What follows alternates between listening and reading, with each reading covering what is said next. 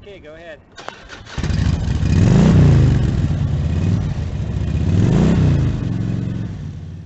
Went out and got my new tire mounted. I did not go with the Messenger, mainly because I didn't have the money. But I did get a Dunlop. It was about half the price. And it's a what do they call it? D404F. It's got good tread. It's a good tire. It'll do. Hopefully by the time I need tires again, I will have the money to buy my Messenger. I can get more miles out of a Messenger, but I didn't have the cash this time around. But what we're going to do now is put this back together. It's very simple. And so what we're going to do first is we're going to reach over here and grab our axle. And as I was saying before, you got to clean it. I got some brake clean here. So what we'll do is spray some brake clean.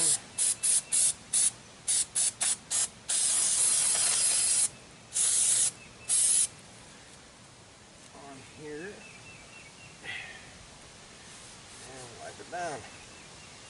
Now somebody actually put the anti-seize way too far on this. Okay. But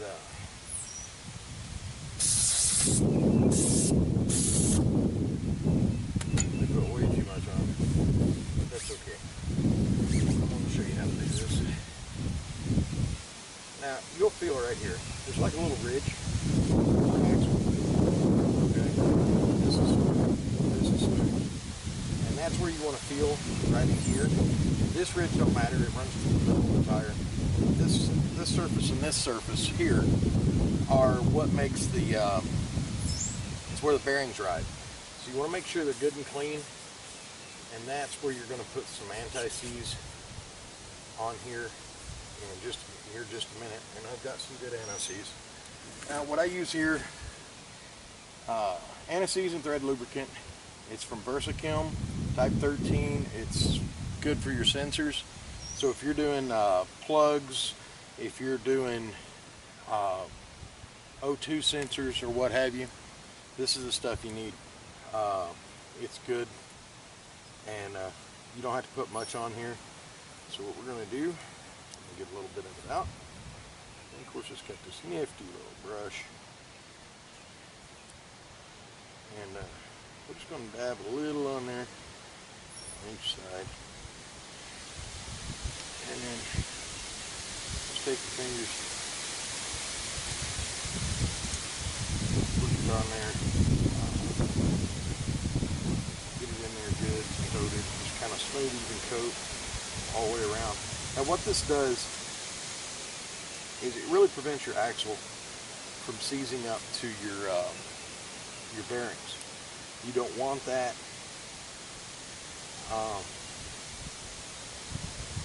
You want them to ride, kind of float and free ride in there. Set that there. Stay. Okay. But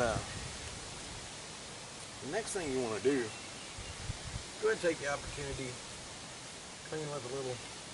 You want to wiggle and check your bearings. And you can see it right here, it's moving freely. There's no play. Check the other side, make sure it's the same. Kind of wipe around, they're good and greased. They're working good, so we're not going to have to worry about changing the bearings out. The next thing is you put the wheel in here. Now, if you remember, we did the left and right spacers. We put the left on the left side, the right on the right. And again, when I say left and right, I'm referring to when you're sitting on the bike. That's the left side of the bike. This is the right. But so what you want to do, get your axle over here handy.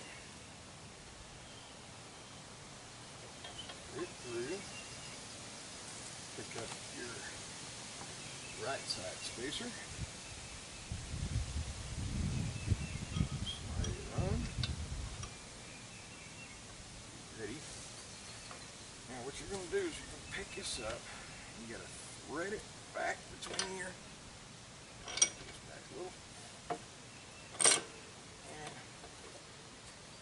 through. Alright, a little too far for now, but we're not finished. Alright, and get your left side spacer. Ta-da. And back out just a bit.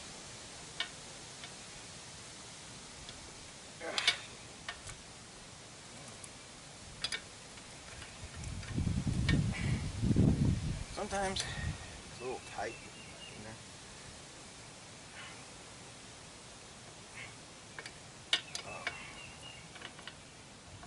There we go. Got it in. Got it locked in. And then we'll pick it up. Alright, starting it in there. Now, get back up here again where you were at. Pick this up. Come on. Through. Alright. Push it all the way through. Gets in place. And you're good. Wheels on. So,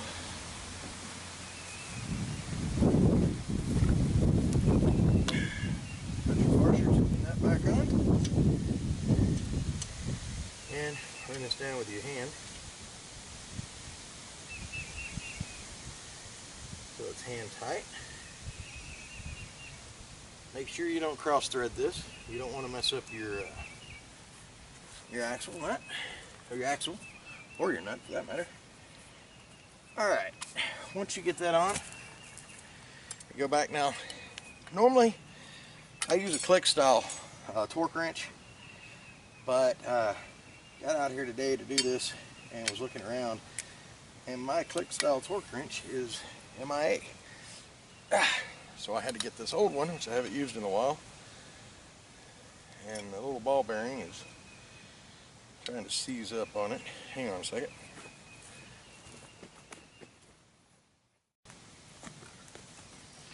Okay, put a little PB blaster on there. That usually frees them up pretty quick. There we go. Alright, now, so when you look on here, you look on foot pounds. This is the needle style, so I'll have to watch it. You want between 50 and 55 foot pounds of torque on the axle nut. So what we're going to do is turn a little. Alright, that's 30, 40.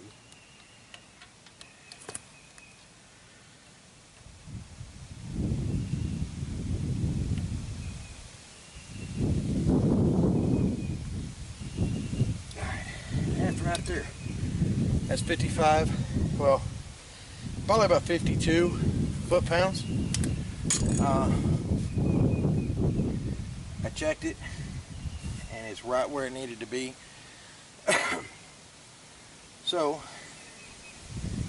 go back, and you want to do these evenly. So, as you tighten these up, do them together until they're both snug. Now, they only want about 10 foot-pounds on these, on this side.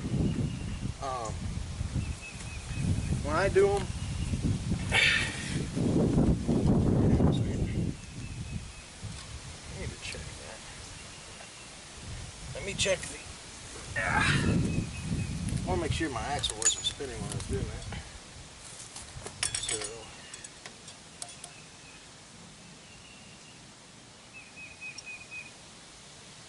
it is. Got it right at 55. Axle wasn't spinning, so we're good there. They say about 10 foot-pounds is all you need. With this particular torque wrench, I'm not going to be able to do that.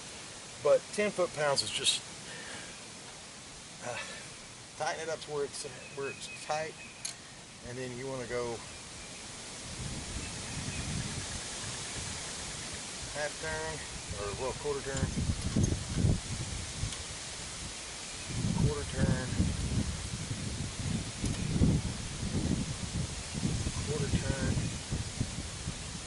snug it up. You don't want to put the voodoo on it. 10 foot-pounds is nothing. So,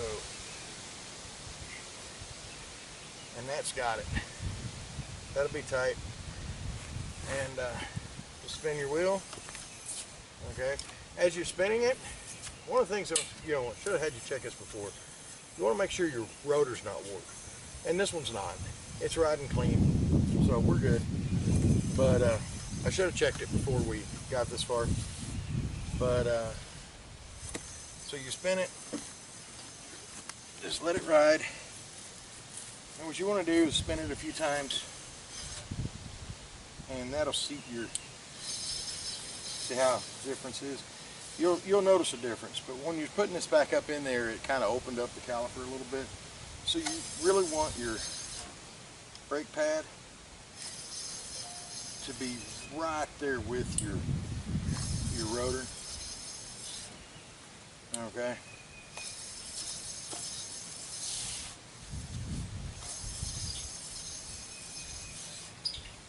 So that's how you mount. Get a new tire, and that's how you take your wheel off, put it on. It's not hard. You guys saw how I got my bike lifted. So on to the next project.